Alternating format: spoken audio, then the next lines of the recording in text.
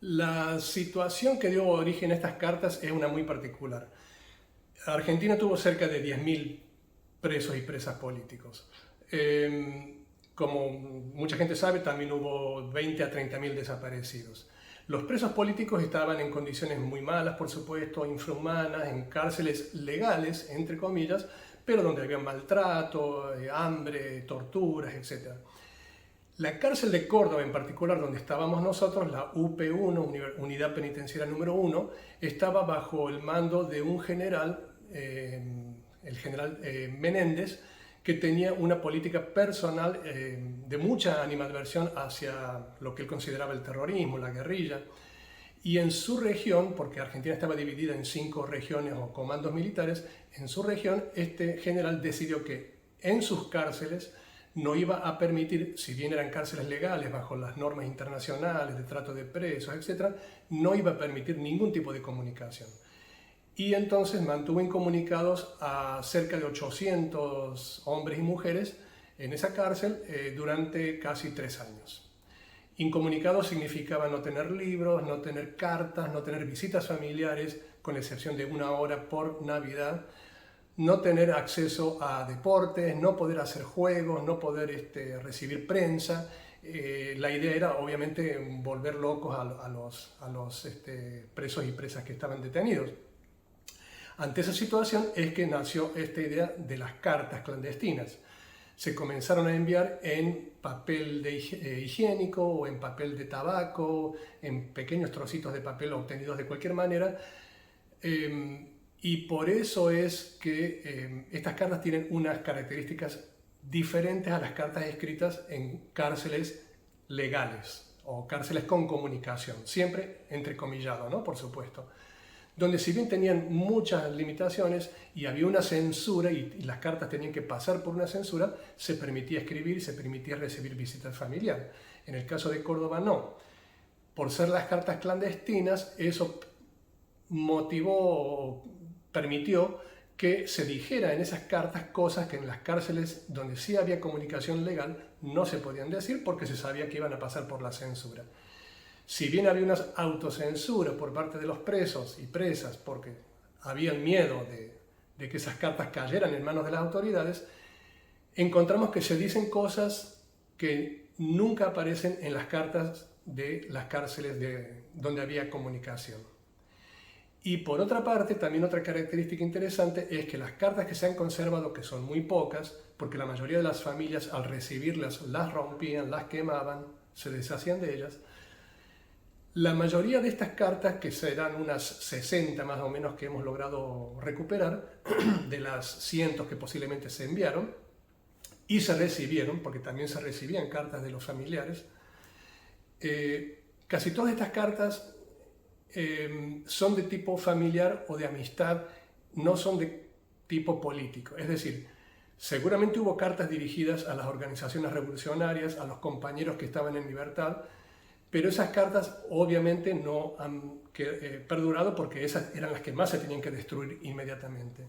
Entonces, las pocas cartas que quedan y con las que nosotros hemos podido armar este libro son cartas de contenido puramente familiar.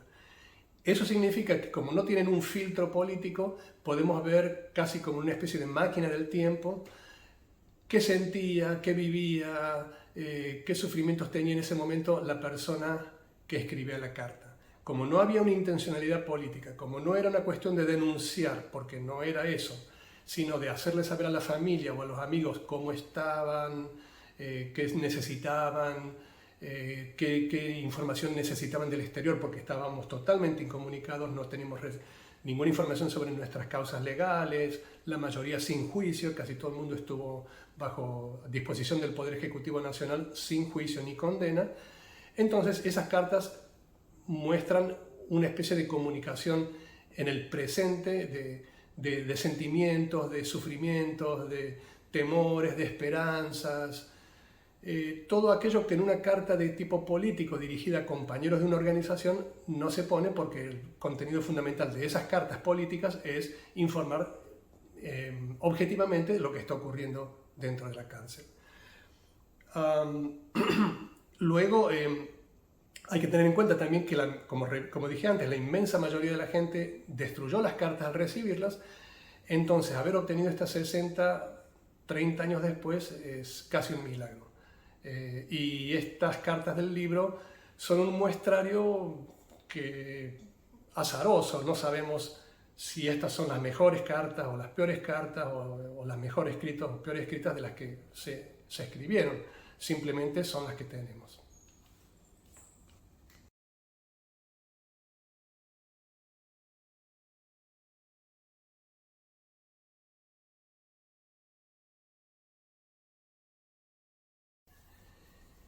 Presentar el libro en Valencia es un placer, un orgullo, porque ahora vivo en Valencia con mi esposa hace poco tiempo, aunque hemos estado viniendo muchas veces durante varios años, pero ahora por fin somos ya residentes de Valencia y durante todo ese tiempo he estado en contacto y trabajando con la profesora Luz Souto, de aquí de la Universidad de Valencia, que trabaja también sobre el tema de las dictaduras en una manera comparatista. Ella compara el caso del franquismo, la postdictadura en España, con la dictadura argentina, especialmente en el tema de la niñez, las infancias. Entonces hemos trabajado juntos y bueno, hemos hecho cosas, congresos, etc. Entonces naturalmente hay un interés común y bueno, ella es de origen argentino, aunque ahora es española, en fin, tenemos ese contacto. Por otra parte, tenemos la suerte de que parte de la presentación incluye acuarelas sacadas clandestinamente, pintadas clandestinamente y sacadas clandestinamente de la cárcel de Córdoba. Las va a traer un compañero expreso que ahora vive en Ginebra, David Andenmatten. Él va a estar presente en la presentación y trae unas 18 de estas acuarelas, pósters, que forman parte de una colección que se ha exhibido en Argentina en muchos lugares, cuyo autor fue un pintor cordobés, un señor mayor, el viejo le llamábamos nosotros, que tenía en aquel tiempo unos 40 años, cuando todos nosotros éramos de 20. El viejo Deus se dedicaba a pintar, entonces con objetos clandestinos, con rumbre de las rejas, con pigmentos tomados de las paredes, con pasta dental, con productos de la comida, etc. Él creaba sus propias pinturas y sus propios pinceles, pintaba estas acuarelas y las logró sacar clandestinamente a través de la Paloma. Entonces tenemos también la oportunidad en esta presentación del libro de mostrar esas pinturas que fueron otra cara de las formas de resistencia que había contra la incomunicación.